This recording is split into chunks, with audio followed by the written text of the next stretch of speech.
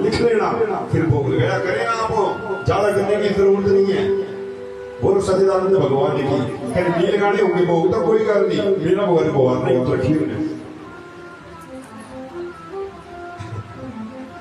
बोल सच्चे दरबार की जय हो, वृंदावन माखी लाल की जय हो। और मंगलवार के दिन भगवती को केले का भोग लगाए, बुधवार के दिन मक्खन का भोग लगाए। महाराज भगवती को मक्खन का भोग भी लगता है कब? आपने दुर्गा स्तुति का पाठ करवाया होगा तो महाराज ब्राह्मण लोग आपसे क्या मंगवाते हैं? मक्खन मंगवाते हैं। बालार विदो बिंदु क्रीडाम तुंग गजाम नैनम त्रियुक्ताम।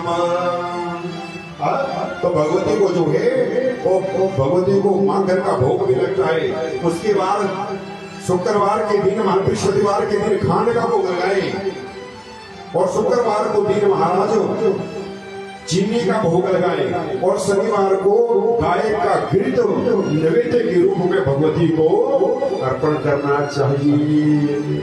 इतनी गरी कर है। पूरी सच्चिदानंद भगवान की जय हो, लाल की जय हो। बोल सांचे दरबार की जय। जो आई सोनी से बजे सुटेगा भक्ति में सबसे ज्यादा समाधि लगाते थे तो शंकर भगवान कि महाराज कितने वर्ष 87,000 वर्ष 87,000 वर्ष तक महाराज भोले बाबा की समाधि रहती थी। अब महाराज को भोले बाबा जब समाधि में बैठते थे तो समाधि से कब उठे कोई पता नहीं। तो महाराज वो है शांत रस।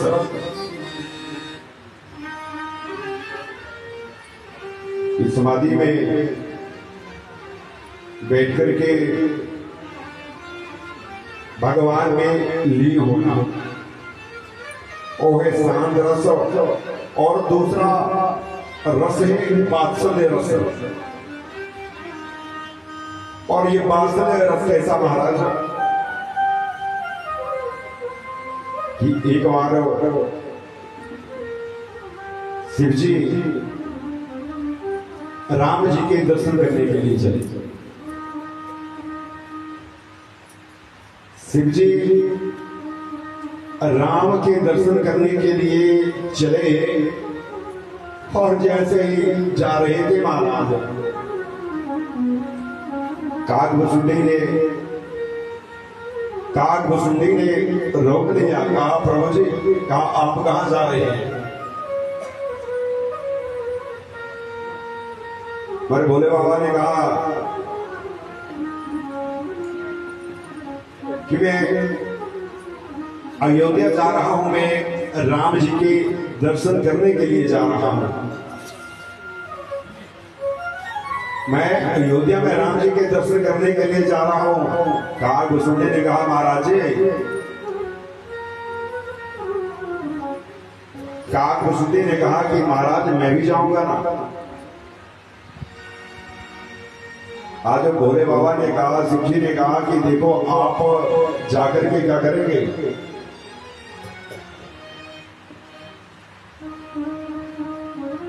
आप जाकर के क्या करेंगे? कहा नहीं, कहा तो आप जा रहे हैं तो मेरा जाना भी जरूरी है ना। कहा 1 से 2 बनते हैं, और आपको ये पता है कि 1 से 11 भी हो जाते हैं, एक मिलाकर के 11 भी हो जाते हैं। कहा मैं भी चलूंगा आपके साथ। लेकिन महाराज काग भुसुंडी हटे। अब वो काग भुसुंडी जी महाराज शिव जी के साथ जाने लगे महाराज, तो दोनों सरयू में पहुंच गए। अयोध्या में सरयू नदी बहती है। कहा मैं भी जाऊंगा।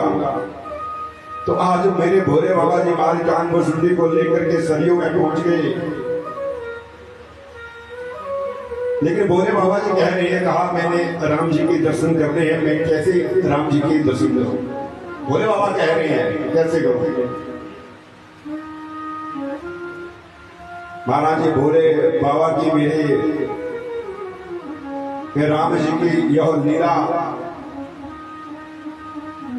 तो महाराज भोले बाबा काग मसूरी से कहने लगी कि आप बताओ कैसे दर्शन करें।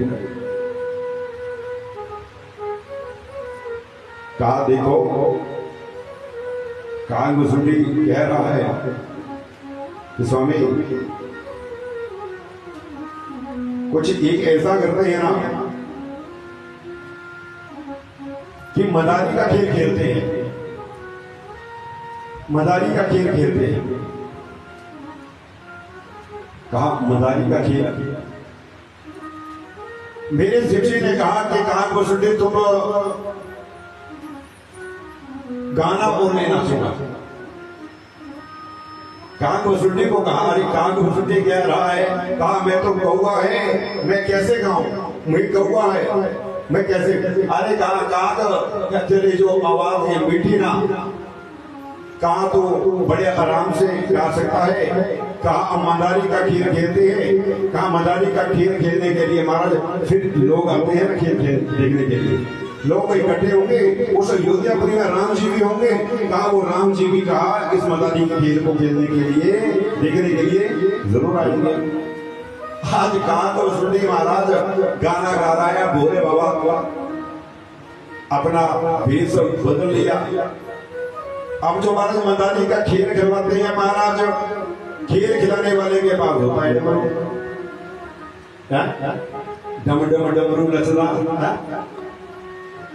चंद्रवार की बुरी राधा मैंने सरकार की जय हो। अब महाराज जितना जो मदारी के पास होता है, जो डमरू भोले बाबा का डमरू होता है, तो मदारी के पास भी महाराज क्या होता है डमरू। आदि चीजें तो महाराज भोले बाबा की होती है। सांप भोले बाबा के पास, मदारी के पास भी सांप होता है, वो बना देते हैं मदारी जैसा क्या कहते हैं।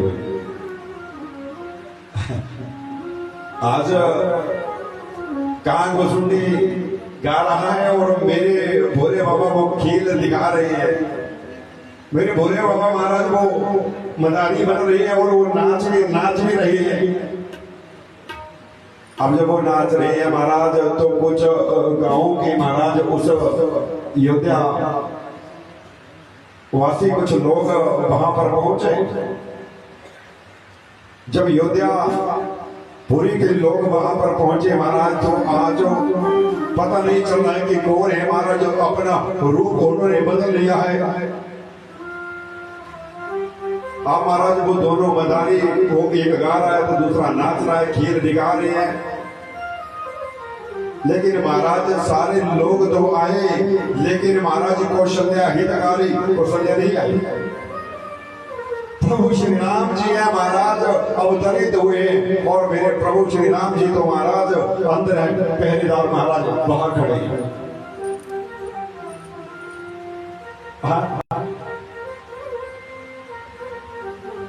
आज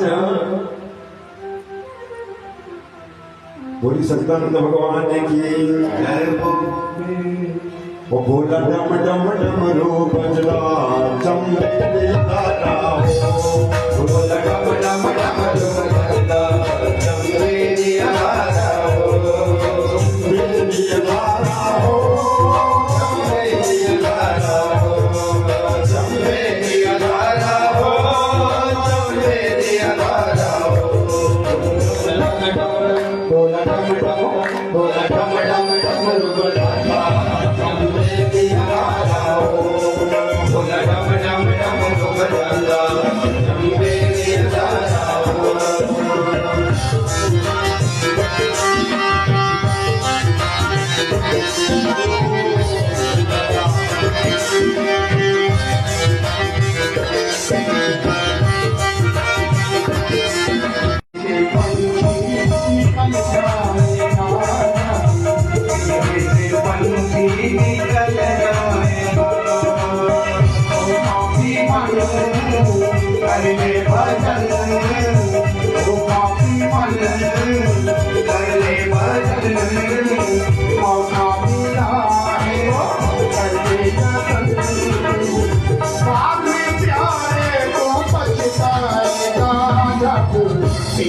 से निकल जाएगा, पिंजरे से पंछी निकल जाएगा।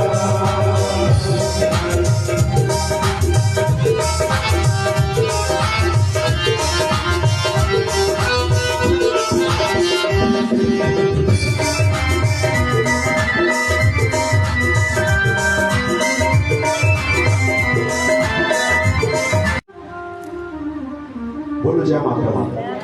अरे तैके भैया जो करे दिखा वाला है, बोलो तो ये इतनी बड़ी भीड़ का दिखा वाला हो, भीड़ में तो ना ही नहीं। बोली वृंदावन माखी बिल्लाल की जय हो, सच्चिदानंद भगवान की जय हो, जय जय श्री राधे श्याम की जय। भाई अभी इस हमारे इधर भी 2-4 डेथें हुई है, मौतें हुई है, तो उसके कारण जो है वो लोग रुक गए बेचारे, उसके कारण लोग जो है वो रुके हुए हैं। लेकिन महाराज मैंने पहले कहा ना कि भीड़ थी, भीड़ कहाँ होती है? भीड़ होती है, भीड़ मिलेगी आपको रेलवे स्टेशनों में, भीड़ मिलेगी आपको बस स्टैंडों में। मुझे भीड़ नहीं चाहिए, क्या चाहिए? अरे महाराज चाहिए भक्त, जोड़े श्रद्धा से महाराज कथा को सुने।